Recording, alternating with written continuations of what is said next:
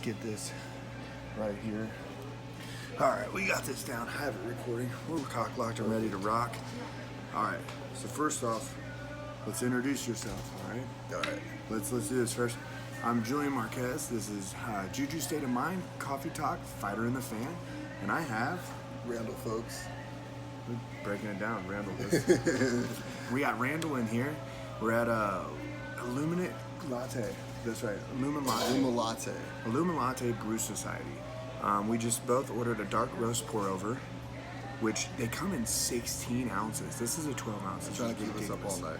Yeah. Smells good. Very good. Just burnt the shit out of my mouth. Wow, that's actually really good. No, it is pretty good. I was actually kind of shocked. Yeah, no, I'm not a huge coffee drinker, but I can get used to that. Yeah, dude. Actually, I really like that. Like, majority of the time that I have coffee, it just is missing that bit of a flavor. Like at the end of it, like after I'm done drinking, it usually has some foul taste, or just like, is it kicking enough? Where this one right here has a little bitter taste at the end, but it's soothing and smooth. It's nice. It's very bold. Yeah, that's a good term. That's a good term.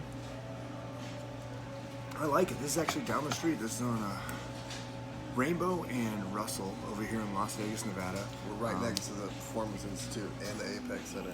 Oh yeah, that's right. I didn't even realize I drove right past it on the way in. Oh man, yeah, the Apex Center. We got where the Contender Series is being aired at. Which, by the way, this Tuesday we have Contenders. It's gonna be a great card. No, I'm super excited. I love the Contender Series. Oh man, It's you have awesome. to go. You have to attend. Yeah, It's that's definitely on the bucket list of things to do at this point. if you've never attended the Contender Series, you wouldn't really comprehend the feeling you get when you go in there. Because when you go to these actual shows of the UFC 240, what we're going to talk about today, or you go to UFC 239 right there. It's an amazing card, but when you're so far away, you're almost disconnected from the actual energy of the fighter, and it's just all the noise takes it away. But when you're at the Contender Series, you're literally, it's personal. You can hear their breath as they go for a takedown, or as they get punched, and their punch, you can see and feel the shockwaves. I swear, you can see the shockwave as someone gets hit in the face. It's completely different. The thing I think that I would find most interesting is you'd actually be able to hear the corners while they're trying to talk to the fighters. You can't hear anything in those arenas with all the fans around you. I think that would be the most interesting aspect. And the fact that, everything's on the line at this point. They're not fighters already in the UFC. They're fighters who are trying to get in this. They're going to put everything on the line, like obviously you did too. Oh yeah, without a doubt. That's what you have to do. You have to go after the fact. They're just grinding coffee, and I love it. That's what I like, is they're making coffee completely fresh. They're grinding it down. She's crushing it. So the Contenders is what I like to say. It's the college. It's the college league. It's your chance right before you can get signed. This is your last game before you go out there. You got to show them what is it about, what you're about, what your name is, what you're gonna bring whenever you get signed, and this is your recognition, man. You're in front of Dana, Sean, Mick. Not only that, you're in front of all these, top reporters from all over the country sitting there looking at you, and you got all the fight fans and everybody just watching you on TV. It's a great platform. At this point too, in the people who have came out of the Contender Series, they've proven to be proven commodities.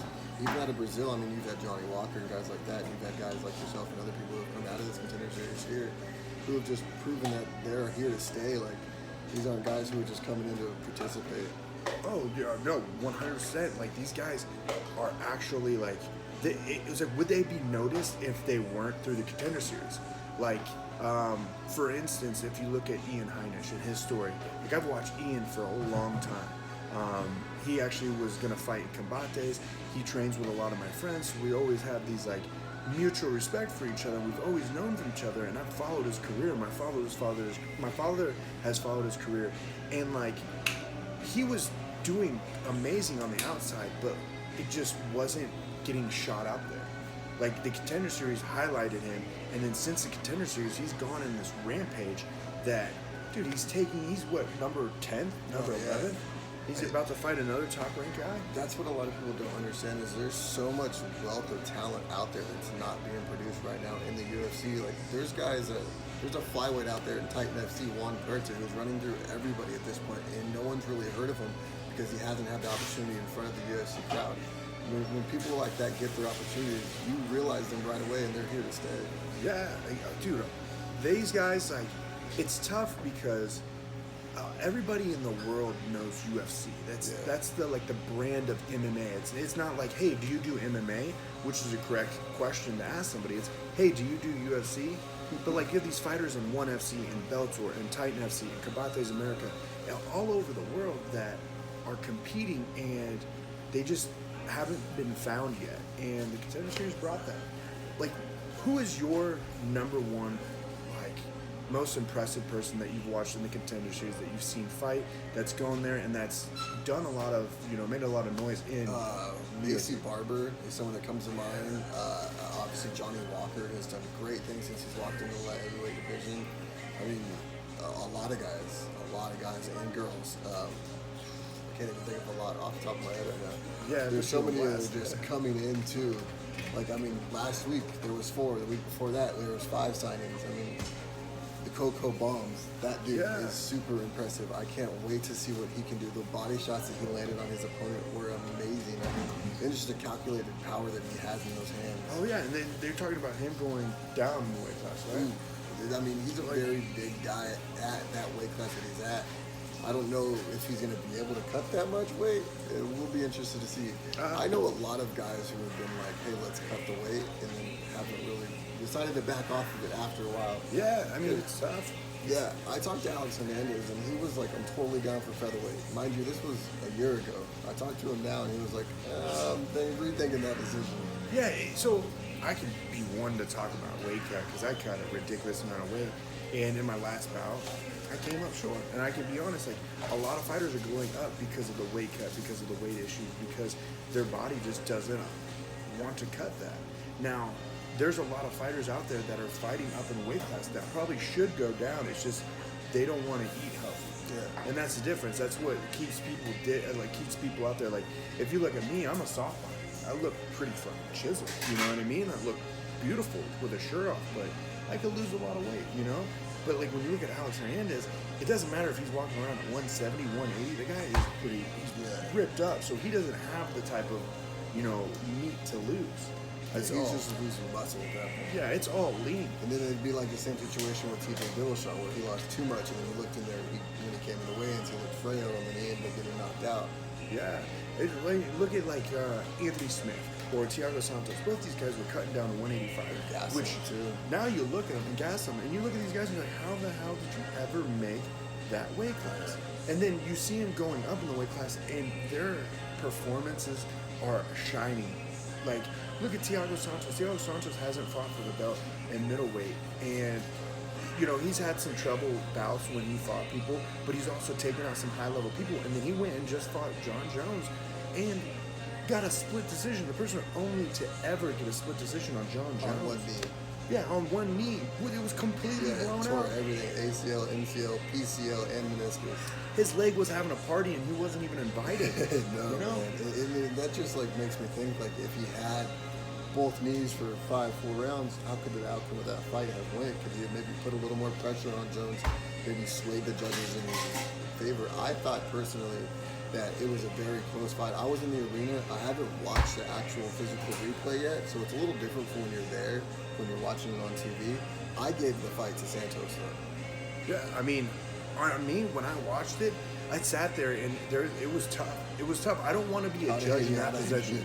I hate to be a judge in that position, because could I see the argument being in Santos? Yes. Could I see the argument being Jones? Yes. I mean, Jones ultimately won, but it's like, it was a battle of both of them, and it was just like, it's tough, man. It was tough there. And like, if someone comes to me and like, hey, Thiago Santos won that fight, I can't argue that. No, it's hard to argue it either way, realistically. I mean, and it's just one of those decisions. There was a lot of decisions this last weekend too that kind of went either way. Oh man, yeah, that's another story right there. But yeah, the thing we is, don't have enough time for that when they close it out. Right? They close short time. This is the whole thing: is you don't leave it to the judge, and it's 100%. You are unable to leave it into 3 other people's opinions. You have to have full control over that deciding factor. Go for the submission, go for the kill, go for the knockout. It may not look pretty, it may look pretty, it may be a highlight reel, you may get a bonus. Doesn't matter. If you want that win, you have to go after him. And then in the situation too of the Thiago situation, in my opinion, to be the champion, you physically have to beat the champion. You can't just match him skill for skill. But yeah, I hate that term, but at the same time, it's the most like legit term ever. Yeah. To be the champ, you have to be the champ. Why? Because you have to make there no doubt. Yeah, well, like Kamaru Usman, he went in there and he left no shadow of a doubt when he fought Tyron Woodley. Well, even looking back at Cody Garbrandt when he Yes. fought TJ Dillashaw, left no doubt. When you sat there and watched, twice. But when you sat there and watched TJ fight Dominic Cruz, like you watched that was a close fight, and you didn't know who was gonna win. And then all of a sudden, boom! Then Garbrandt to Dominic, he ended up showing no doubt that he won the fight. And it's like, could you argue that fight? Could you go there when TJ fought Dominic? You could, but it's just like, you don't want to have to argue. You want to make sure, like, oh, that was a lucky shot. That's the best argument you can have with someone. Yeah. Oh, it was a lucky shot. Oh, yeah, you're right. It was a lucky shot. But I hate the people that are sitting here saying that the Jorge Masvidal shot was lucky. Listen, he practiced that way before he ever even thought about even fighting Askren. He's been practicing that fighting forever. He's had that skill down for the past umpteen years. He just decided to show it to you guys that night. Yeah, and that was the most impressive knee. Like, it was super basic, and like no one in all of the Askren fights have ever thought to start off with that. Yeah. From everything was technical, everything was planned out. In Thai, they do a lot of stomping their feet, because if you stomp your right foot, your left foot will rise up. Switch hands, but your left foot will rise up with more power. You just lifting your foot up isn't loading the spring up to shoot it out. So if you watched his run, it was a long run. It was almost like bounding as he was running towards him, and he was bringing his knees so he can load that up. And then when he shot up there, dude, it was just perfectly timed. Yeah. All the way down from the hands behind the back to sliding across the side of the cage, that left Ben wanting to, like, he knows he's going to come after him. He knows he's going to be chill. And he just rushed him. That's got to be the most like dangerous position in all of MMA. When Jorge Masvidal has his hands behind his back, everyone needs to be worried. I mean, Leon Edwards figured that out real quick. Yeah, real quick. That was a Do great you think that Edwards has done enough to fight Masvidal at this No. point? I would love to see them fight there until maybe somewhere even in England. I think that matches up perfectly. That would be the battle across the pond. That would definitely be.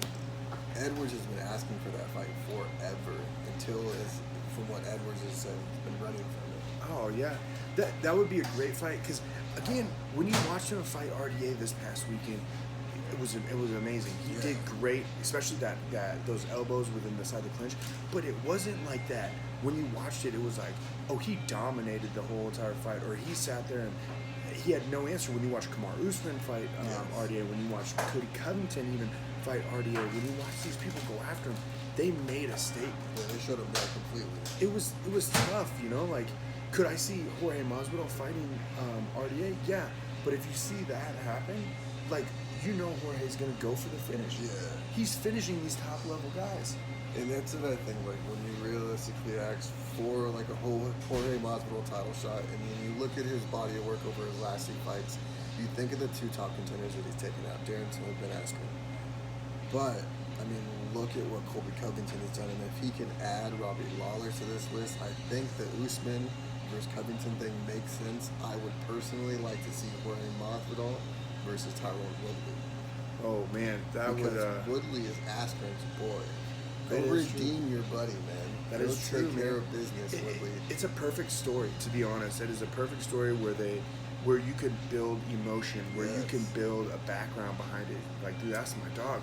You can't just walk into my family and do something like that without having revenge. And that's the best way to go about it. But that is a dangerous fight for Tyron. Yes. Tyron is a counter fighter, and he showed that he was waiting for Kamara Usman all night long. Man. And even in his corner, we kept going at Duke Rufus was like, you need to go, you need to go, you need to go.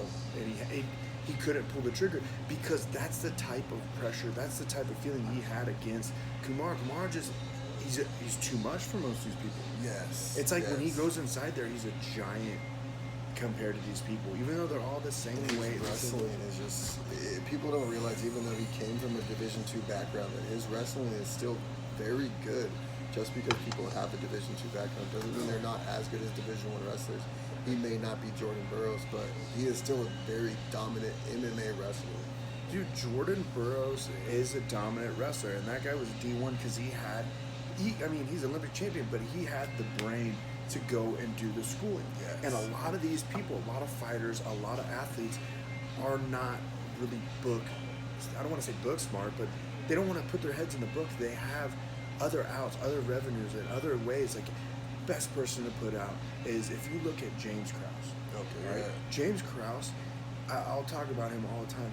He didn't go to college. He didn't get a college degree, but this guy is probably one of the most intelligent business owners, one of the most intelligent business operators, one of the most intelligent MMA coaches, one of the most intelligent striking coaches, and no one really knows. When you see him in his athleticism, when he goes out into these fights, most people don't talk about him, but he's finishing his opponents. Yes, you know, very good. He's amazing. He's entertaining too. Like, you saw a little bit of that when he was on the Ultimate Fighter. Like, he's got an entertaining side to him. He does, and he's well spoken, and he's well knowledgeable. But look, he didn't get a college degree. He wasn't even JV in his wrestling in high school, and I watched him a couple years later go against a 4-time state champion in Missouri. He went and wrestled him, and he beat the crap out of this guy. And this guy's a 4-time state champion. They both were the same weight, and he's never wrestled a day in his life to get a letter. And this guy is probably one of the most represented people in Missouri. But then he went against another one that was in Kansas, and he beat him too. Why? Because it doesn't matter about your D1 level or about the name of the school you went to. It matters about if you stopped or if you gave up or how bad you still wanted. Which Kamaru Usman, if you watch a lot of his videos and a lot of the highlights, every time you'll see him going against Michael Chandler with these amazing scrambles, dipping left and right, flipping over and doing all this crazy stuff, and neither one gets a takedown, but you were entertained for 2 to 3 minutes. No, for sure. And then the thing about too, Usman, if you ever watch his workout videos, like the pressure he puts on himself just to be better is ridiculous. Like, and his brother too. If you haven't seen his little big brother fight, he's a heavyweight. Muhammad Usman, man, that dude is a beast. And he's gonna be wrecking people here soon in the UFC. It's crazy because a few years ago, I want to say back in 2013 or 2014, whenever ATT versus Black Zillions. So actually, at the finale, or close to the finale, I went down there to go train with Zach Cummings, and you had everybody from A. Trujillo to Thiago Silva, Rashad Evans, Anthony Rumble Johnson, Michael Johnson. We were staying out there, and Kumar, this is when he's in there, and you see these guys train, and I got to train with them. I didn't train with Kumar because he was lighter than me. I was a bigger guy, and Yeah. you know, he had his people, and he was also on the show, so he couldn't really, train with us. But you watched him train, and you watched him go after it all. And Henry Hoof is an intelligent coach when it comes down to striking. Yeah. He's complete. He keeps everything fundamental, but he makes you great at the fundamentals. And then you have Greg Jones, who is probably one of the best and most decorated college athletes, wrestlers that you've seen, and his mixture in MMA wrestling has just propelled Kumar to be amazing. Or not any of their athletes. Yeah, like another guy like Vicente Luque. Oh my Look at gosh, how much, like, the silent assassin is going crazy right now in the UFC. dude, he He's is. about to have Mike Perry in a co-main event. He is. I always said when I went down there and I trained with him, I actually trained with Vicente, and this kid, I was like, wow, this is a guy that isn't getting the light. Yeah. Like, he is very, like, again, like you said, the silent assassin. Most people didn't realize how good this guy was gonna be, and Zach Cummings and I were like, dude, like, did you roll with him today? Did you go with him today? Did you feel his strength? Did you feel like his pressure? And he's like, yeah, man, like this guy's an underdog, and he'll always be an underdog. And now he's starting to get the light, and people are starting to see, and I'm stoked to see what he does. For sure. I can't wait to. I mean, I would love to see a Leon Edwards rematch. That's the last fight he lost, and that was, I think, like 7-8 fights ago. It is, man. That would be a great headliner. That would be. If Vicente, he just needs to keep winning, going up there. I mean, he has to get that number by his name because most people aren't gonna, backtrack and fight somebody there. No. Well, I mean, at this point too, he's had to climb so long. Yeah. He's finally starting, like you said, to get that recognition. It's definitely well deserved. 8-fight win streak, man. Is Leon Edwards to finally get up there to get a number by his name. Yeah. And Vicente is now just coming up there off of an impressive win when he fought the Barbarian, Barbarina. Yes, Barbarina, Bam Bam. Hey, Juice. Man, that was insane. And then he fought that kid off LFA last minute. Yeah. Oh, yeah. That was impressive, too, Yes. man. And no one gave him credit. He was the underdog in that. I was like, yes. what's going on? But that's the best part. Well, let's get right down to it. Right here, we got some notes, but we're going to talk about this weekend's fights, UFC 240 in Edmonton. Excited about it, man. Yeah, Finally man. get to see Max Holloway back at the featherweight division. Oh, he moves down. Yeah. Dude, you know what's crazy is that I feel like Max Holloway, you always want to put him in Canada because that is his actual place of popularity. Like, yes, he's popular here in the United States, but Canadians, man, they're the best fans. No, for sure. Well, Mr. Max Holloway, you were supposed to be in Vegas twice. Ooh. I bought tickets both times. You pulled out both times. You owe Vegas one. He'll come back to Vegas. I hope. I mean, may not be his cup of tea out here, but dude, he has to play out here. Well, he always says it's the next island. It is the next island, but so far he can't swim to it yet. No. Well, he needs to start getting a UFC Hawaii built up. I can't wait for that. Bellator's been there. Bellator has been there. So UFC's got to be getting there soon. That's an expensive flight. Yes. So if they do that, I would love to be a guest fighter at the time, so the UFC can accommodate my travel expenses. That would be nice, right? The Canada is a good spot for him, though, man. Like, have you ever been to Canada? Any of their fights? I have not. Oh, man. My first fight ever in the UFC, obviously, was in Winnipeg against Aaron Stewart. And I am telling you, the fans out there are amazing. They were coming up to you on the street. Like, I didn't even know I was known. You know what I mean? I'm like, Yes. I just got a contract in the Contender Series. I go out here in the middle of nowhere, Winnipeg. I've never been there before. I've never seen Canada before. And I'm walking there. As I'm walking through the airport, people are coming up to me, they're greeting me, they're just telling me all this stuff and like how they love UFC, how they love fighting, good luck, this, that, and that, the other, and then being actually in the stadium.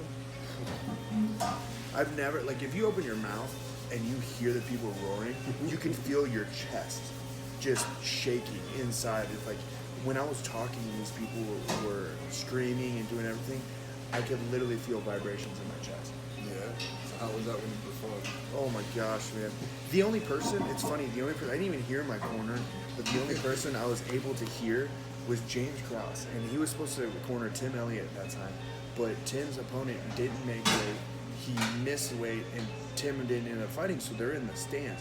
They're literally probably the second row or third row in the stands, which, if you've ever been to a UFC fight, the stands are pretty far away. Yeah. And I could hear him through all the people.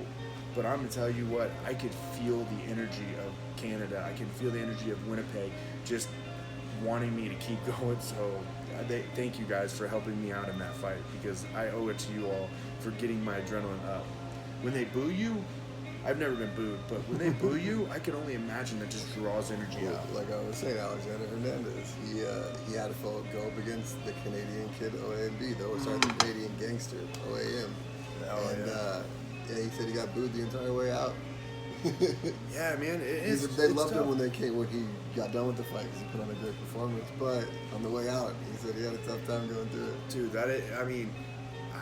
it is tough, man. They love their people. If you're their people, you're forever going to be with them. And that's why they never piss off Canada. They've adopted Max Holloway at this point. Oh, yeah. He won his belt there. Yeah. He's put on performances after performances there. Like, it's going to be a tough one. So let's break it down. Let's go there. We'll do the Max Holloway last. Let's start off at the beginning. We're going to start off at the main event only. We're going to talk about nice, smooth, and easy. We're going to talk about Marc-Andre Beralt. He had one fight in the UFC, right? Andrew Sanchez. Lost that. Yeah. But before that, he did really good outside of the UFC. Yeah, man, he was 8 fight finishes. Yes. Or he had 8 finishes in his fight. He's 11-2, and man, the guy. When you watch him fight, you got to be worried about his power, because if you watch him punch Andrew Sanchez, Andrew didn't want to stand up. He wanted to take him down. Well, see, that's Andrew Sanchez's bread and butter too, though. So I think that he felt a lot more comfortable on the ground when it started. But this guy's striking is above none. But he's fighting Joko. Yeah, Krzysztof Joko. And, dude, Joko has been in there with Talis Late, everybody. Talis Late's, he went on him, Brad Scott. And I feel like these are the type of guys, when Joko gets matched up with these guys, that he annihilates them, unfortunately, for the opponents. It is. I mean, his last couple fights, he fought Brad Tavares, Uriah Hall, Killers. David Branch, and he did very well against them until, short on Cummings, but, man, he has technique, he has striking, he has the he ability has to put it power. on you too. He does, and this is like what's going to make it interesting, because this is the opener. Yeah, they're expecting it sets the tone for the pay-per-view completely. It is. This is when they put you in this spot, they're expecting highlights. Yeah, they don't put anybody in the first fight of the main event. They don't put them in there just to sit there and just chill. They put them because they put on entertaining fight. They're expecting someone to get finished in this fight. And it speaks volumes to these couple of guys who are in these opportunities, who have only had one fight in the UFC. Obviously, the UFC is putting a lot of talent, or not talent, sorry, a lot of opportunity behind them, and they're obviously there to take it for themselves. But I really think that most of the guys, when they're in these type of opportunities, they really succeed. Oh yeah, and I think, this kid. If Mark ends up winning this could shoot him up there. Oh, for sure. This is a really popularity deal. Boost him up in the middleweight division too. Because you're on a really, really big card and a really high anticipated fight. You're watching Max Holloway come down for Frankie Edgar. Everybody's been waiting to see this fight, and you're starting the main card off. So everyone that's paying for it, they're not going to sit there and be like, I'm not going to watch this fight. Yeah, and that's like when you get casuals too.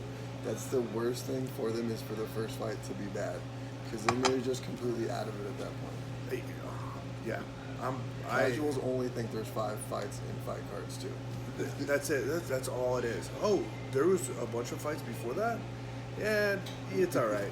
That's where most people start off. But, Mark has been fighting some high-level fighters already. Andrew Sanchez, yes. It was the Ultimate Fighter 19? 205 light heavyweight. He fought light heavyweight.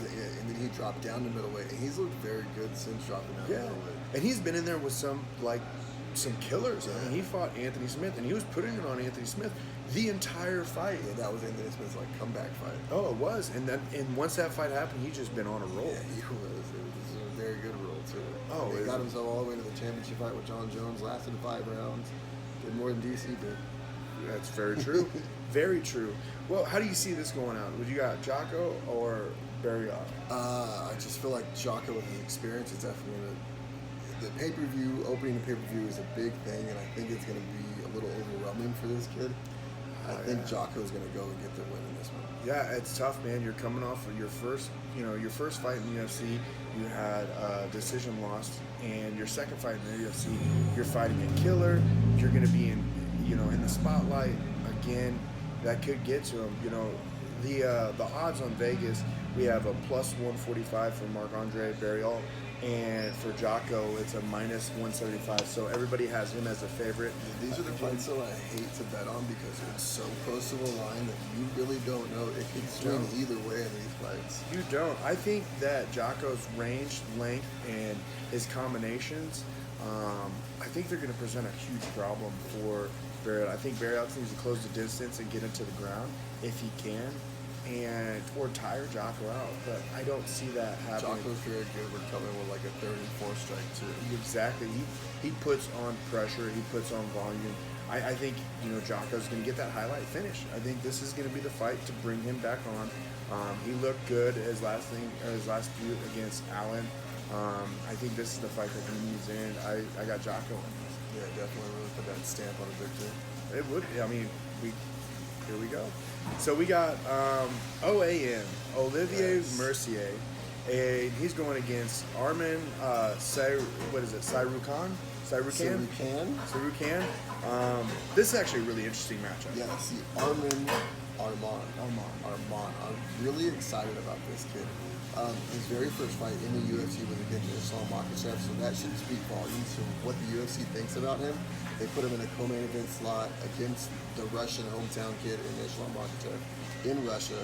I mean, this kid is very good. Now he's going again to enemy territory, this time in Canada, against the Canadian gangster, against OAM. But I really think this time it's going to be a little different. The one thing that Islam Makhachev was able to do to Arman was hold him down and really control him with that Sambo style wrestling that him and Khabib use so well. But OAM does not have the same quality when it comes to Sambo, not knocking his skill at all, but it's not quite the Sambo that Islam Makhachev brings to the table. I really think that the striking of Arman is going to be a big problem for OAM, kind of like the pressure that Hernandez brought to him. I think it's going to be the same thing, and I think Arman's just going to really put the pressure on him. I think it's going to be a long night for OAM. Yeah, I mean, I will have to, side with you on that. I love OAM. His mustache is probably one of the best. Besides RDA. RDA's mustache this weekend was amazing. And he's a good, skilled fighter. I mean, he put out Evan Dunham with that knee to the liver. But since then, it's just people kind of have him figured out. And Alex Hernandez did a great job of putting the pressure on him, putting him against the cage, taking him down, holding him down.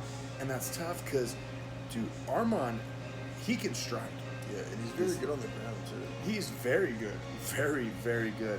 He can stand up, he puts combinations together, and he can also, he can grapple. And when he takes you down, it's tough to get out from on top. We're talking about he went against, was it Makhachev? Yes. And it was 17-1. The guy's only lost one time, and he is an impressive fighter as well. And you're going in there at a 13-2, first time fighting in the UFC. Yeah. You're going in there and putting in against this guy. In Russia. And it's like, okay, maybe, and you just had a decision. You didn't get finished. You didn't get punked. You looked very good, actually. Yeah. This is outstruck him, actually.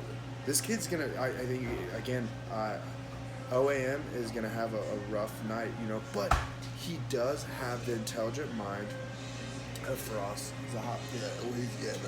His octagon IQ is above a far none. I mean, look at guys like GSP.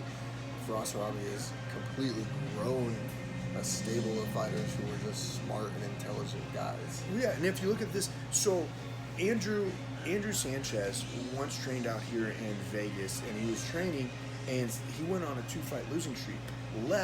Went to and to Frost, under Frost over there in TriStar, and has been on a 2-fight winning streak. Yes. And then you have Eric Spicely, the same thing. Eric Spicely was losing here in Vegas, left back to go back home in TriStar, and he's winning. And he just got pulled back into the UFC, short notice, but he got pulled back into the UFC. Good against Deron Wynn. Yeah, he looked amazing.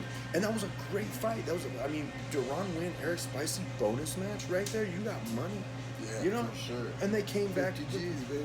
But that was just an intelligent matchup. They brought these guys in. It speaks volume of the TriStar camp. So it is a tough bout, but in my point of view, I'm going to go with Sarukan. I think he's going to get, I want to say he's going to get the finish, man. Yeah, I mean, I can see that. Like I said, his striking is very good. He outstruck Islam Makhachev. Not a whole lot of people are doing that, and I think that he's definitely going to put the finish on him standing. I could see it honestly happening within the first couple of minutes of the first round. Yeah, it's tough. Vegas has it at plus 190 for OAM, and then Arman is a minus 240, so it's a huge spread. And do your guys yourself a favor. If you haven't seen Arman Sarukan, look him up against Philippe Olivier. I think he put a great combination where he actually threw a jab. He went over for an overhand right, and when he pulled back, he came up with an outside head kick, and it landed flush, out cold. It was a beautiful combination. He was working it throughout the fight, and this was in the first round, the first minute, and no one's seen that from him. Yeah. And that was his fight prior to getting into the UFC. And again, he wasn't able to debut that striking because he had such a killer. So do yourself a favor, look up that fight, Philippe versus Armand. You'll thank me later. And then we got our next matchup. Let's go through here. We have Jeff Neal. Neal. Price. I love it. Jeff Neal, 11-2. Nico Price, 11-2 as well. Jeff Neal's undefeated in the UFC. He is. He's looked very, very good. The leg kick against Frank Camacho, man.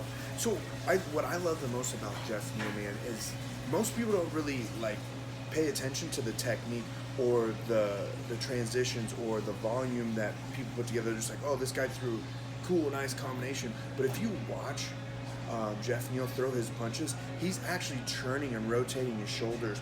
So his punches aren't a lot of power, but they produce a lot of power because he's actually using every bit of it, every bit of his range, every bit of his turn, to where a punch where he looks like he's barely throwing has more power. So when he decides to put more power on it, it becomes dangerous. As you saw with Frank Camacho, when it came to the second round, he started putting more power onto it, and Frank's head looked like a basketball bouncing on the wall. For sure.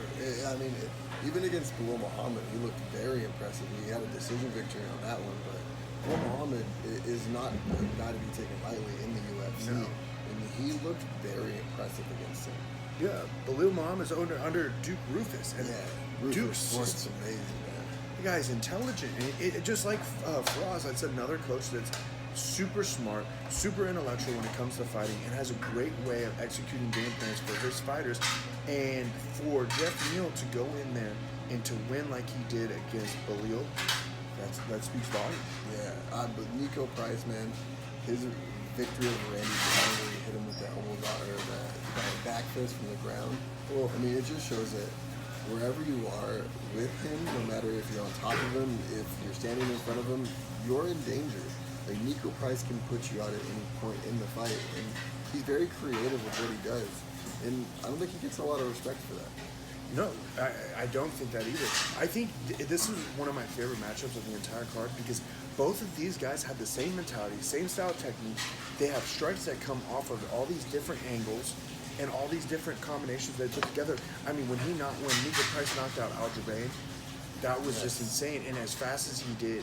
And then you have Jeff Neal, who knocks out Frank Camacho, like we said. You didn't see that coming, and both of these guys have close to the same record. Both these guys won it. They're on a winning streak, and they have a finishing rate just almost identical. I think, though, that Jeff Neal is going to etch out Nico Price when it comes to power, and I think that's going to be the deciding factor. I think they're both going to put a lot of pressure on each other, and I think they're both going to consume a lot of punches, but I think the power of Jeff Neal is definitely going to play the difference at the end of the day. Man, I absolutely love Jeff Neal, and he's another Contenders boy that came in there. He actually fought twice on the Contenders because the first time, for some reason, the first time they didn't want Hands of Steel, and so they had him fight again. Has 2 finishes in the Contenders. Comes in, gets on a 3-fight winning streak in the UFC. So technically, he's 5 fights in front of Dana. That's impressive. And the kid, he's very, very smart. But this is what makes this a tough fight for me to bet on or for me to look at is because Nico Price, he fights in the unknown. And what I mean by the unknown is that whenever you're getting up from the ground, he's throwing a strike. When you're ever on the ground and you think that he's not going to hit you with a combination, he's going to hit you. Randy Brown. He's sitting there. When you think the combination is over, he has 2 to 3 more punches that remain for after that. And that's what's getting those highlight reels. That's what gets those things that most people don't know. Because in the fight, you think that, if I throw a 1, you slip, you're fine. If I throw a 1-2, that's all you got. He's throwing a 1-2-3, and then instead of throwing the leg kick, he's coming back with a lead uppercut to an elbow to another kick, and you're sitting there trying to move because you're trained to only slip the first 3 punches. So this is a tough one.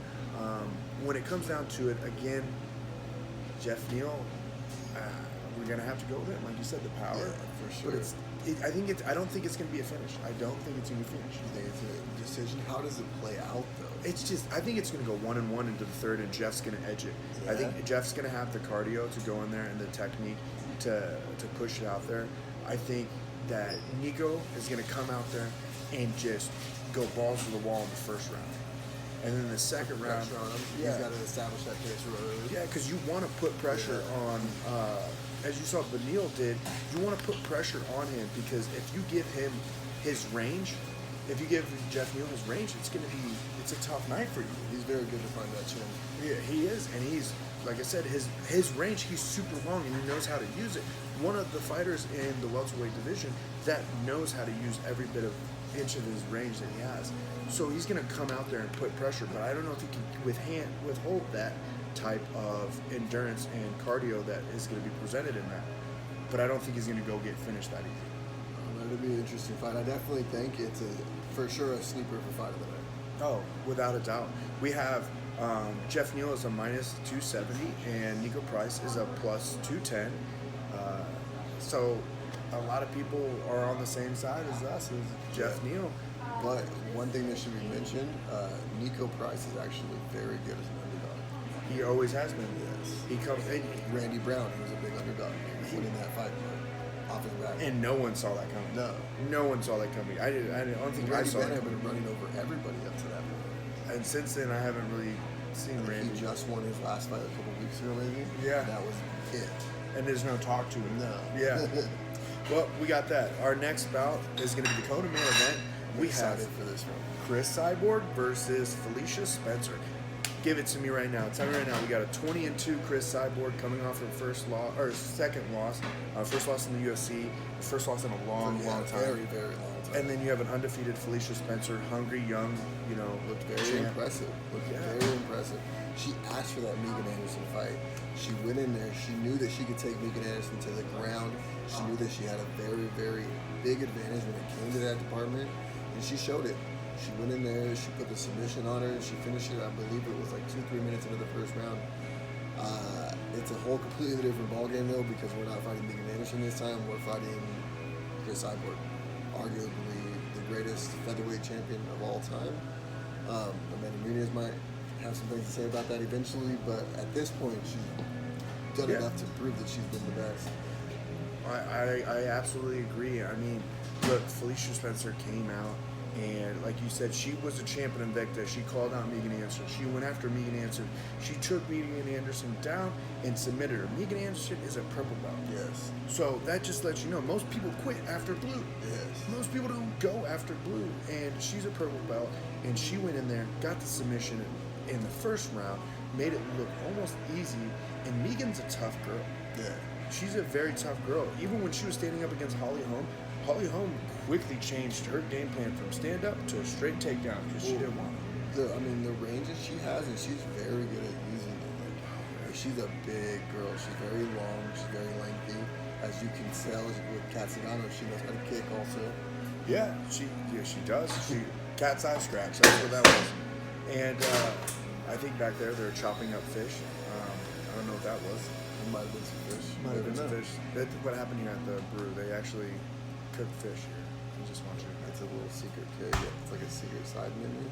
You don't really know about it. You got to come in with the UFC fighter and they tell you all about it. It's a good dish. But Felicia Spencer, man, she's been training since she was little. She started with her brother in Taekwondo, then she moved up and did Brazilian Jiu-Jitsu, did kickboxing. So she's spent majority of her life training for mixed martial arts.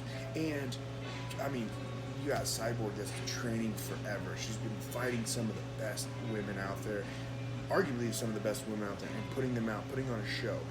Since she's been in the UFC, she's fought Leah Lansbury, she's fought Leslie Smith, she's fought Tanya Edgar, she's fought Yana Kunitskaya. There you go. She fought these, and she's defeating these girls, and these are Yana's been on a streak since. She's doing very well. And so is Lena. Like, it's just one of those things. Like, she is impressive. Chris Cyborg is impressive, and she's fought all this time. But do you think that fight that she had with Amanda Nunez has altered her mindset? I don't think so. I still think we're going to get the same killer that we've always seen. If this was maybe her 8th, 9th fight and she got knocked out like that, I would say maybe. But I mean, she's been in there for so long. She's done it for so long. I think at this point, she's got the fight IQ to be able to get over that. My thing is unfortunately for Felicia Spencer, there's a very shallow 145-pound division for women. And this is her only real opponent that she could fight at this point, because there's nobody else. There's Amanda Nunes at the top, and there's Chris Cyborg, and then now there's Felicia Spencer, Megan Anderson. She's already fought Megan, so the other option is Cyborg. I would love for the UFC to develop a bigger 145-pound division so that people like Felicia Spencer aren't rushed into situations where they have to fight somebody like a Chris Cyborg. I think she might be biting off a little more than she can chew at this point. But don't be surprised if she does go in there and put it on Cyborg for a good 2-3 rounds. I mean, she might not win the fight, but she's going to surprise a lot of people. I actually am going to, I think completely opposite of what you think. Yeah. I do. Look, you got to understand, man. What is the old saying? You walk up the stairs with wooden shoes and you come down with with silk slippers. It's true, man. She's fought her way up. She's done a lot of things. She makes a lot of money. Talking about Chris Cyborg, she gets up there. She just had a devastating loss, a knockout by. She did, and she's coming off that. So she's starting to come back. This girl's hungry. She wants it. She's going after it. She's calling her fights how she wants. She's doing the Mystic Mac of the featherweight division for the females. If you look at it like that, she came in there in the ex-champ. The ex-Invicta champ, she finished in the first round. So she's going to go in there. And if you watched Chris Cyborg, when Yana went to take Chris Cyborg down, Yana took Chris Cyborg with an ankle pin. Yes. And everybody's like, oh my gosh, we haven't seen Chris Cyborg down on her back. I'm not saying she's not going to be amazing. She's, Brazilian. And she's a black belt. Yeah, she is a black belt. But when you do jiu-jitsu in MMA and getting punched in the face, it's completely different. If we're doing technical jiu-jitsu and you're holding there, it's very, very difficult when you're in the gi. But when you're getting punched in the face, your belt drops down. In my point of view, a lot of great, jiu-jitsu artists out there suffer. If you look at RDA this past weekend, black belt jiu-jitsu, when he was put on his back by Leon Edwards, he didn't throw up no triangles. He wasn't submitting him. He was able to get up, but he wasn't doing all that crazy, arm locks, all this stuff. Unless you're Vinny, what was it? Megalai? How do you say it? Megalai? You're going to put me on. Yeah, either way. I'm terrible at his name. I'm horrible with some of these names.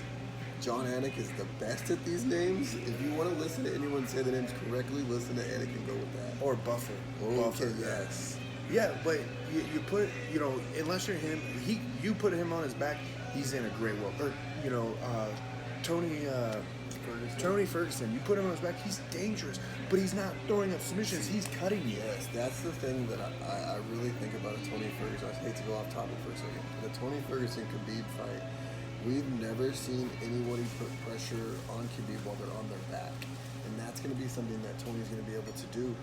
We've never seen anybody throw a submission off their back on Khabib Nurmagomedov except for once in the UFC. Let's break this down here in a second. Going to do that a lot more. Let's kill this out, and then we'll talk about that Ferguson fight right there. Well, so we got there, and again, back with Felicia Spencer. I think that she's going to be able to get her down. Listen, I'm not a huge gambler, but if I was a gambler, I would put money on Spencer because you never know what can happen. She's a plus 400. Yes, it's a great opportunity. Cyborg is minus 600. Last time we saw somebody with the same exact ratio, it was Holly Holmes versus Ronda Rousey, and look how that happened. Look, I'm not saying Felicia Spencer is going to be able to knock her out. I'm not. But you never know that, Chris Cyborg is getting up there in age. That weight cut could be devastating to her. She does cut a lot of weight. She does. And Felicia Spencer is hungry. She's young. She's fresh. And if she gets her to the ground and on her back, that could change the whole thing. That could tire her out. But we don't know. She has done a great, impressive deal. But her takedown, her submissions of Felicia Spencer's takedown submissions are actually really loud. And she has finished all of her opponents, and the only opponent she didn't finish, she dominated the entire fight. It was a bigger girl, but it's not like we can't say that she can't dominate or get on top. If she's sitting there getting hit by Chris Cyborg, or she's trying to throw combinations and not landing on Cyborg, she might not get the respect, but the grappling, if she puts her in the unknown, I think she can win this. Let me ask you a serious question when it comes to Cyborg. Do you think if she loses this fight or has like a weird decision, do you think there's any chance the UFC is able to resign her?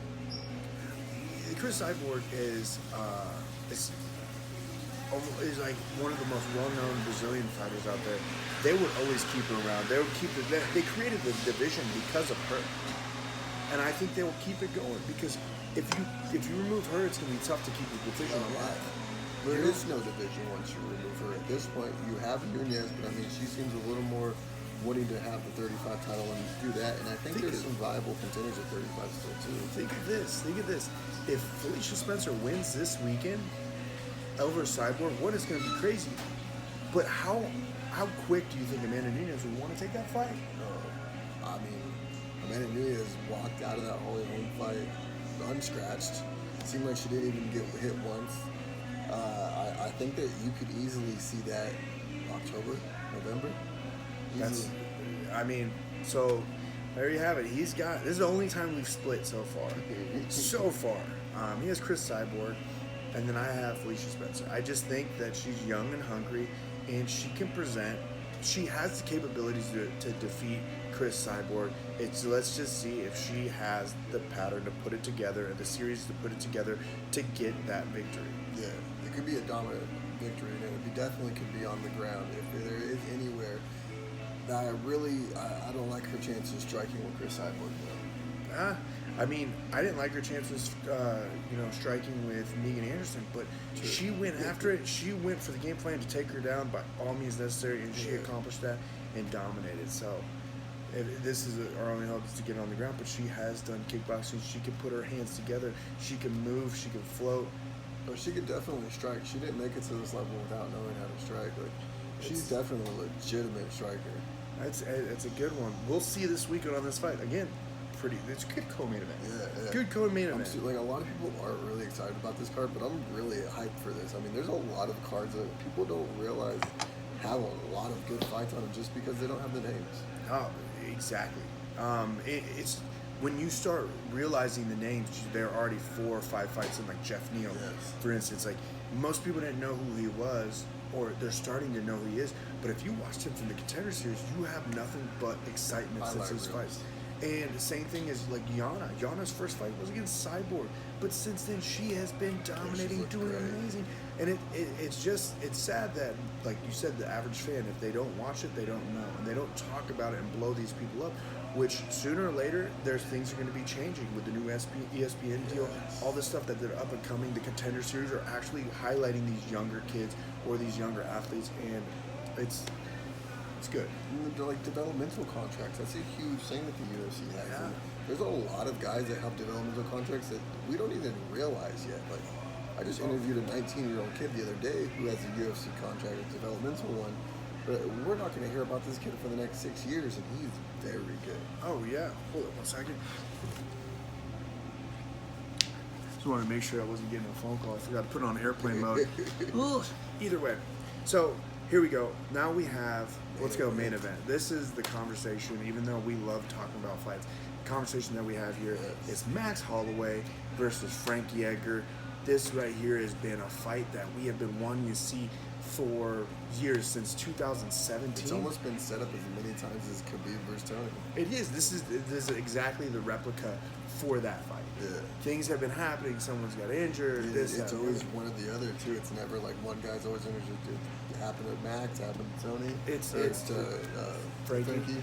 It's going back and forth, but this is a big fight, and this is a tough fight. Yes. This is a tough fight because we have a lot of things you could discuss about this fight. Before we go into the breakdown, let's go. Who do you got winning this fight? Right now, go. Ooh, man, I mean, I put a lot of thought into this too, because Frankie Edgar is an amazing fighter, and anything can happen when you're fighting a guy like that. But Max Holloway has shown that the pressure that he puts on his 145ers is just unmatched. I'm going to have to go Max Holloway, and he's going to finish Frankie Edgar in the 3rd or 4th round. All right, so we got Max Holloway is a minus 370. Frankie Edgar is a plus 290. So Max Holloway is the favorite. You're going with the favorite. You're doing that. I'm going to break it up for you. I'm calling Frankie Edgar, and let's start breaking this fight down. This is what I love the most. Yeah. This is where my breakdown goes down. All right, so Frankie Edgar has been in there with everybody. He's fought 155. He's fought 145. He's looked amazing against some of the 155, some of the best 155 we've ever even had. I mean, he won the belt at 155 lightweight against BJ Penn. Yes. He's great fights against Gray Maynard. Oh my gosh, man! Some of the most memorable. If we had today's draft, it probably would have been stopped really early. That's very true. That's very true. Depending on which one you're at. Yes. Mario would have let it go. Mario lets a lot of things. I love you, Mario. I love you. But Frankie, man, this guy just doesn't give up. He won't stop. Hard of a line. And that's the thing. It's like when you put him in the situation, it was a short notice change fight. He went up, took the big fight against Brian Ortega. It came up short. He got knocked out by the elbow. I thought he didn't need to do that. He didn't need to take that fight. He only took that fight to save the pay-per-view for the fans, realistically. It is, without a doubt. And he could have waited for Max. Could you imagine if that fight would have went down? That was the same night as Cyborg and Yana. And that was the reason why people wanted to watch that fight, or that card was for Frankie and Max. Yes. That's what it all was about. Well, Yana and them weren't even supposed to be on that card. That was a last-minute replacement, too, because Max ended up falling out. So Yana and Cyborg got thrown on that card. Frankie and Brian got to the co-main. I was there. It was an amazing night of fights. I was there, too. Yeah. Oh, we didn't even see each other. See, I was there, front row. There was I was in the front row at the very, very top. Does that count? That is a row. I mean, you were. It still counts. You were there. Most people weren't.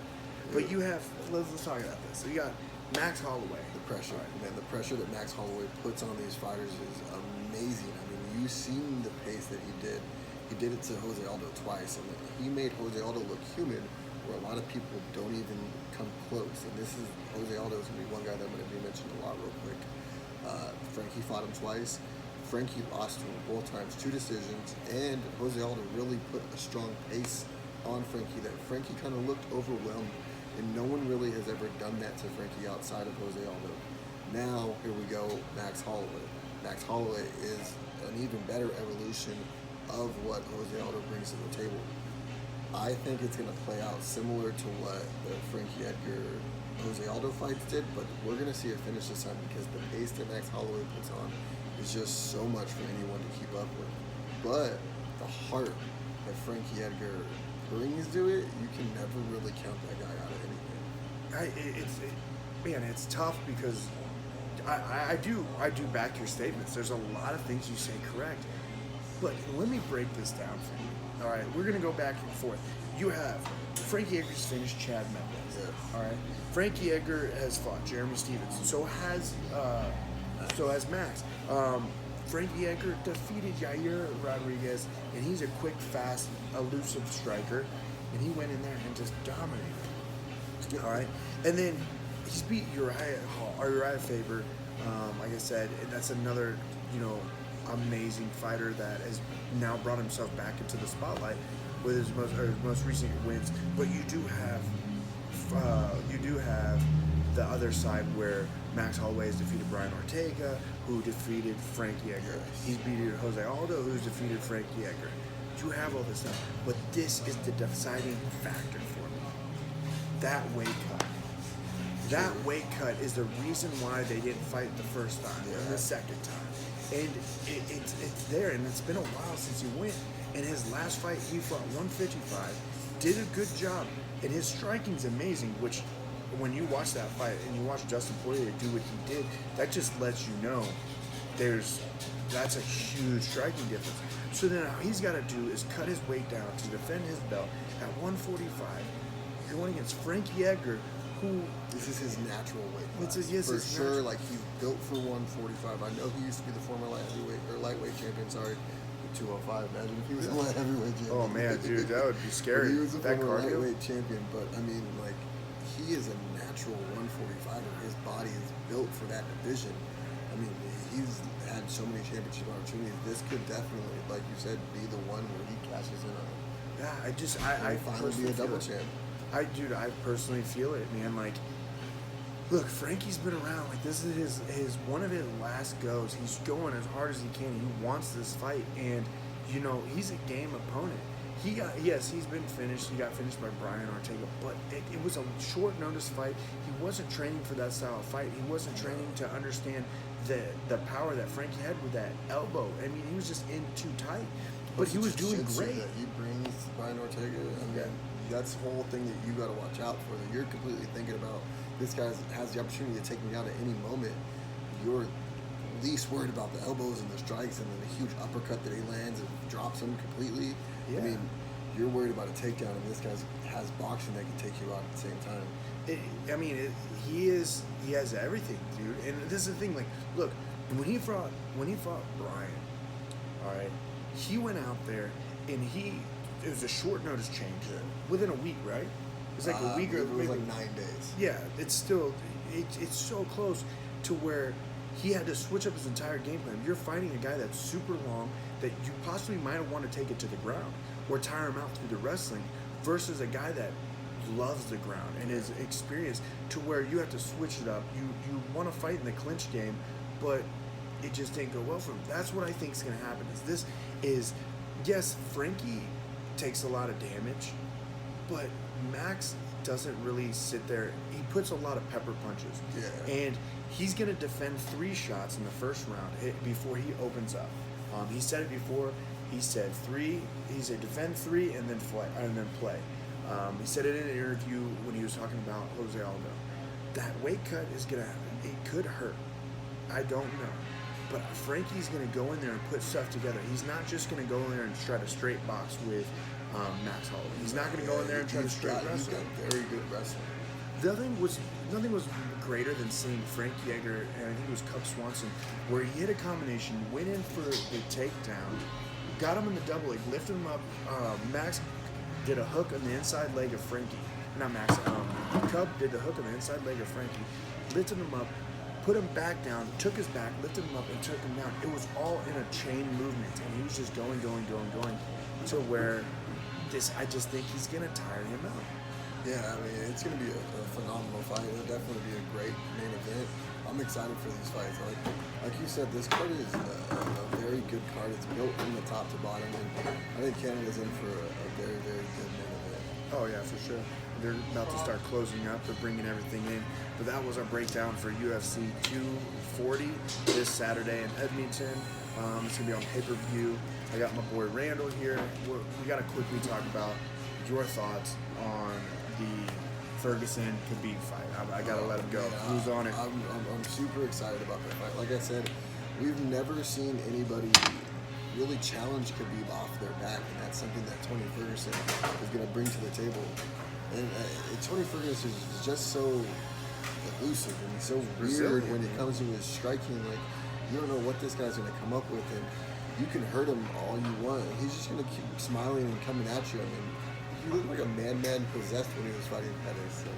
But that's just Tony Ferguson, and that's who he is. And he is a madman. He is definitely going to be the biggest problem to Khabib in his title reign. You know what? Look, most people are going to call me crazy for stating what I'm about to state, and most people are going to agree. But when Conor fought Khabib, I was very impressed. I thought Conor did exceptionally well. Yes, he ended up tapping. He ended up getting taken down, doing stuff. But most people aren't realizing this. You know, Conor was getting up. Yes. He was fighting and stopping the takedown. Like the first couple of takedowns, Conor had a very good defense in there. He didn't allow him to get those first couple of takedowns. And that was Conor's first fight back, which it should have been somebody to warm him up before he went. Because again, that's a long layoff. You know, you did a boxing fight. I'm interested in a rematch. I am too, but I want Conor to do a warm-up match before he goes with that because it was good. And then, you know, it was a different level. And then Khabib showed great power, and he showed that he can drop you. Yes. But if you look at, like, Ali Quinta, he fought Khabib at a short notice, and he was able to get up. You know, he was able to get up. He looked really well against him for a short notice fight, especially a guy that wasn't training for a 25-minute fight. So it's showing. He was training for a striker. He was training for Pettis. He was. No, I thought he was. Was it Pettis? I thought it was. Yeah, it was Pettis. Feldman, one of the it was. Yeah, one of the two. You're right. But he looked great. So this is the thing with Ferguson. Ferguson doesn't give a crap whether it's standing or on the ground. If it's on the ground, Khabib is going to sit there and try to hold on to him. Ooh. Ferguson's going to sit there and bring those elbows and drop those elbows and throw a bunch of combinations where Khabib is going to have to let go of the legs. Yeah. He's going to have to let go of the legs. He's going to try to trap the arm behind. It's not going to work as effective against Ferguson. Ferguson doesn't care. Well, one thing about Khabib is he's very good at locking your legs with his legs. And that's when like a lot of Sambo fighters like Islam Makhachev, they do very well.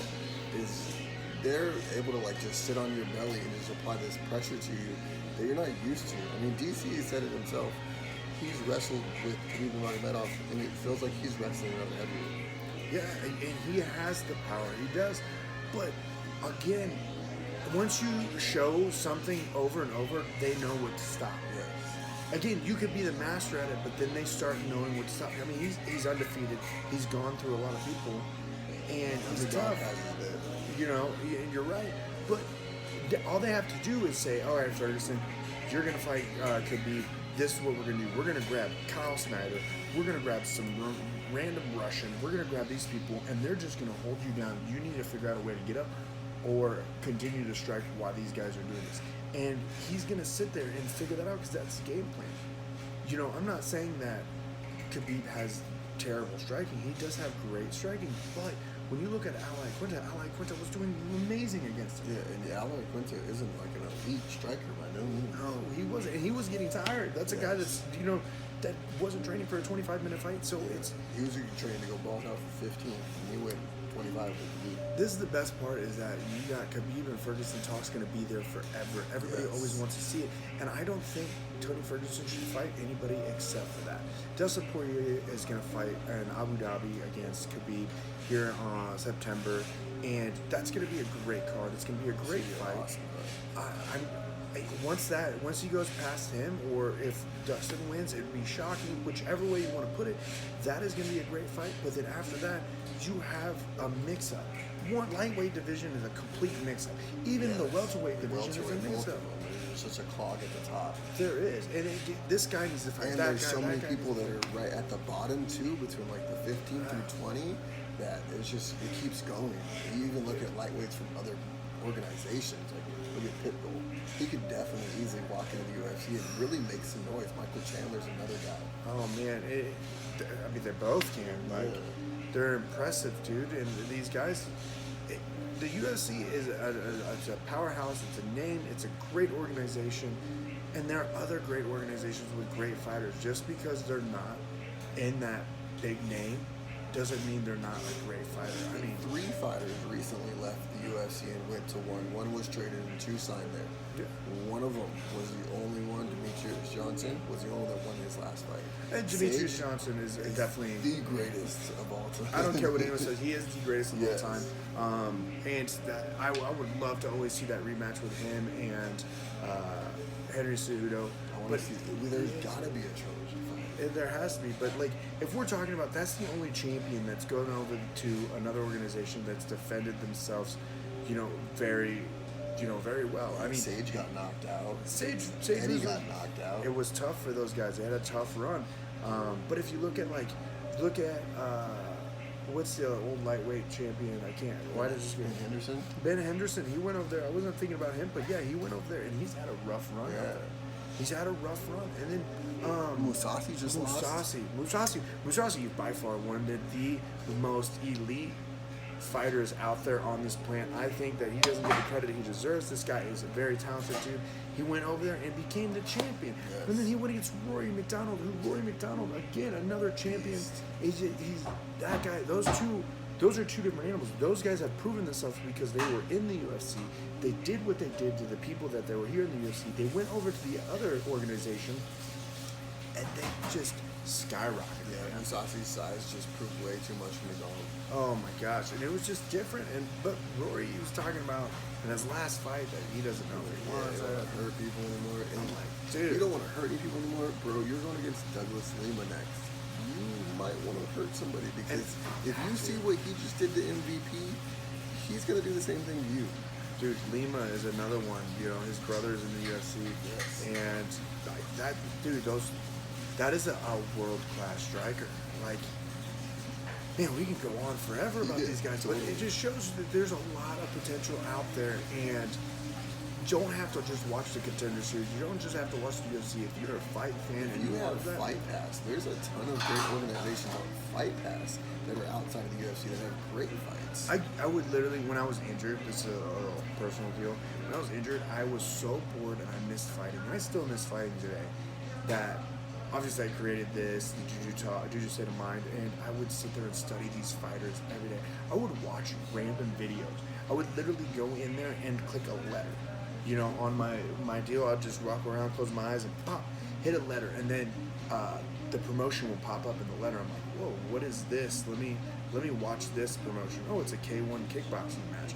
And then you start seeing all these new up-and-coming fighters, and then you're like, oh my gosh, like, dude, these guys are insane. Same thing as in boxing. I wish boxing would be on UFC Fight Pass. Well, I feel like with ESPN Plus deal, you definitely have the potential for stuff like boxing, kickboxing, more grappling matches to come on Fight Pass. Sooner or later, it's going to start building up, and it could be a platform for a lot of promotions. I mean, we already got Thai, we already got kickboxing, we got Jiu-Jitsu on there. We have MMA. I just want to see if they get like the bigger name promotions of boxing. I would like to see that. Zuffa boxing. Zuffa boxing. Eventually, when that opens up, they need somewhere to show their fights. I would love to see that. It could be big. I mean, they have great promoters. I mean, Dana is great promoting fights, building them up. You got the matchmakers that are going to be great. They'll bring new people in for the boxing world. And I mean, I don't know if you watched last night. Glimpse of what the boxing world was like with Conor going over there and fighting. Cross promotion. I would love to do cross promotion boxing. Like, it would be so much fun. But again, I just got to get back to fighting. So let's get this wrapped up. I think these people are gonna get mad. First off, I want you to break down. You know, everybody. I want to thank Randel for coming in. I want you to give shout outs. Tell us your podcast. He has a great podcast. He interviews fighters. Break us down. Let us know where we can find you. Well, you can find us on any kind of platform that shows any kind of podcast. So Google Play, iTunes, Spreaker, Spotify, iHeartRadio, everything. The podcast is called MMA Wreckage Radio. I try to bring on all the top fighters I can. Pretty much, I hit up everybody. Whoever says yes, they come on. I've had tons of people come on. I've had Alexander Hernandez, Sam Alvey, Eric Anders. I mean, most of the top fighters, if you go through, I've had, I think now we're on our 35th episode. I've had hundreds of fighters, coaches, even fighters some of you guys don't know. My biggest thing when starting this was I wanted to introduce people who weren't quite hip on every single fighter that's out there. I want them to introduce them to new fighters that they didn't quite know of. And I really think it brings spotlights to fighters who don't really get the spotlight put on them. Because if you're not in the main card, you don't get called by Ariel Helwani. You don't get called by Lou Scott. But guess what? I'm hitting you up 24/7 to try to get you on. And called by Randel. That's the best part. Definitely. And I started this. I didn't think I was ever going to get a fighter interview. I didn't think I was ever even going to get listens. And it's been such a complete shock to everything that I've gone through. I mean, I've met so many fighters because of this. I talk to fighters on a regular basis. I mean, they send me their phone numbers, and it's so weird to me still because they'll call me sometimes, and I'll look at my thing, and it says the fighter's name, and I'm like, holy shit, this person, they're calling me right now. It's amazing when you can do with social media. I mean, you hit me up through Instagram, and you were saying, hey, do you want to be on a podcast? And I'm like, well, hey, do you want to be on live? Like, Worked out. And it does. It works out. And it's through there. And then once I become and be able to come back and fight, I know I'm going to go up on your podcast. Yes. Why? Because you're my second guest on this. This is Juju State of Mind Part 2. And episode 2. It was really hard to follow up the last guy. I watched it this afternoon, and that dude's got a really inspirational story. Oh, man, dude. Paul's insane. I want to have him on again because he still has more weight to go down. You know what I mean? It's such an awesome story to just listen to what he's done with his life. And just the determination he has is to continue to lose his weight. It's insane. And as well as you, like you're talking about that, you started this and not even thinking that you're going to get any fighters at all. And you're a fan of the sport and you're highlighting other fighters that are slowly becoming noticed. They're getting on there and they're calling. Yeah. They're messaging you back, they're talking you back, and that just speaks volume about them fighters as well because, most fighters aren't going to be rude and be like, nah, man, I don't want to talk to you. No, they'll talk to you. Oh, for sure. Yeah, like it's been like really weird, and like the outcome that I've really seen. You could really hit up. They're everyday people, just like you and I. Honestly, most of them work everyday jobs, like you and I. Julian works at Top Golf. I mean, Yeah. I know a lot of other fighters. Some of them work at your favorite cell phone companies. I mean, they're everyday people, just like you and I. Don't be scared to hit them up. They will definitely talk to you. I mean, I randomly hit up Courtney Casey one day, and that was my very first interview. And she said yes, and it's just been going on ever since then. Dude, she's actually an awesome person too. Totally. I've talked to her. A lot of those people at the MMA lab are awesome. They're great fighters. They have great personalities, you know. But they, the thing is with like fighters, man. Like I'm gonna tell you this right now. If you were in my DMs saying that you're gonna beat me up, or like forget me and my family, and using other words, like I'm not gonna respond to you, man. Like, let's be honest. You have no idea. And sometimes I respond to those people. I'll respond to people that, like, I had a guy that said, I said something actually random. I'm like, dude, wait, what are you talking about? And then he was just like, you come over here to, you know, I want to say somewhere in Wales to fight. And I was like, dude, let me be honest. My arm is messed up. And this is how he responded. I was like, my arm's messed up. I can't afford to fly all the way out there, even though I'd love to go to your country and check it out. Like, I think there's an awesome culture out there, and it would be a great experience. And he was just sitting there, just like, oh, you know, forget this. Like, I knew you're gonna jib out. He's like, I'll take on you and all the UFC fighters. And I was like, well, how about this? You fly over to Las Vegas. I will take you to the Performance Institute. I'll take you to Apex. I'll take you to all the gyms around, and you can tell them yourself.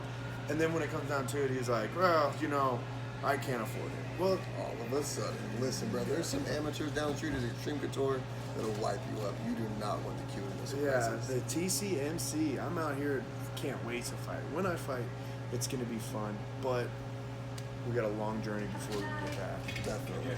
So, but give them your Instagram, give them your Twitter. Oh, so MMAWreckage.com. My Instagram is just my own, Randel folks. MMA Wreckage, we have a Facebook page, and we now have an Instagram. But yeah, I'm super excited about it. Definitely check us out. Fighters, hit me up. I've probably already hit you up.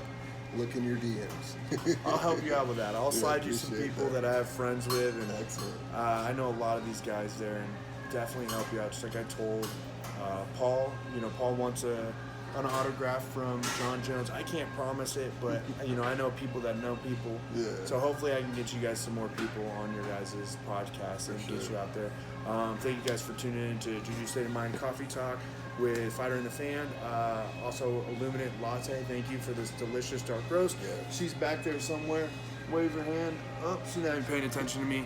Before we go, though, I want to say thank you to my wife. She drove out here with me. We live about an hour and a half from here, so I really appreciate her doing that. Thank you to all my kids. They're quiet when I do my interviews, and I appreciate that. I have 5 stepdaughters and then 1 son. My stepdaughters are amazing and have given me now 4 great-grandchildren. So thank you to all my kids and my beautiful wife. You're a grandpa? Yes, I am a 30-year-old grandfather. I am their RPA. You're the RPA. Yeah. You're a grandpa. So we call it Grandpa Randel. Yeah, Grandpa Randel. Grandpa Randel should be your new name, actually. Let's do it. Grandpa Gramps. Scoot over, Schmo. Scoot over. Come talk to Grandpa Randel over here. I want you to get some glasses. You know, hey, how you boys out there fighting? I want you to get that country Listen, talk. Sonny. Listen, Sonny. Back in my time, we didn't even have TV. We went up and down hills every day. Y'all couldn't last 5 minutes with us. Not at all. And we're drinking coffee. Nice little dark roast. Black. All right, guys. Thank you all very much.